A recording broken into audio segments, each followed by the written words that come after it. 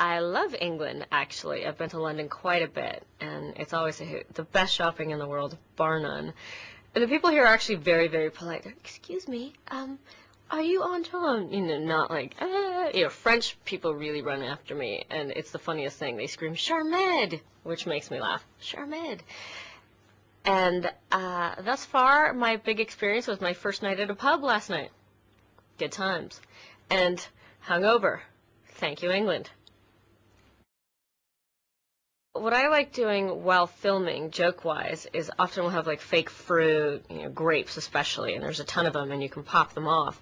And if I'm off camera and having to do lines for Alyssa or Holly, the crew can't do anything because they're not allowed to say anything. And these people are my friends, and they'll get them and start throwing them back at me. But we'll start grape wars and smacking them off people's heads while we're trying to do this heart-wrenching and very serious scene, pretty much to alleviate any tension. But usually it's me falling over, tripping on something, burning my hair against a light.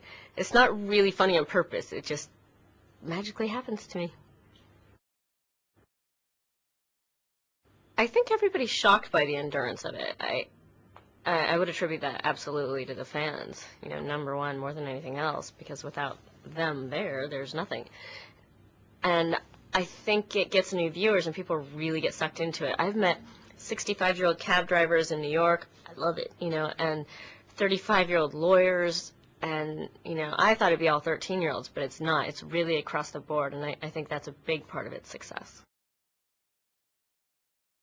Getting out of the Page headspace and doing Ann-Margret was actually quite scary. I had not done another thing in 4 years. I hadn't played another character because by the time we'd wrap for the summer, I was so tired I just wanted to sleep. And, you know, doing it with Jonathan Rhys-Meyers, who's just a dream. Basically, I got to dress up as Ann-Margret, dance, and make out with Johnny. A lovely job. I highly recommend it to anybody who can get it. I was actually thinking of going back and doing just 30s and 40s, not show tunes, but just kind of more soulful tunes and older tunes.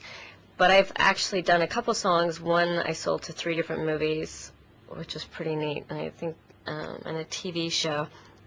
And I just saw one of them. It was called Win a Date with Tad Hamilton, and I hadn't seen it before, and I didn't realize that it was the entire intro to the movie. And it's pretty funny, and then it plays again later. It's a little surreal hearing your voice, you know, sing through it.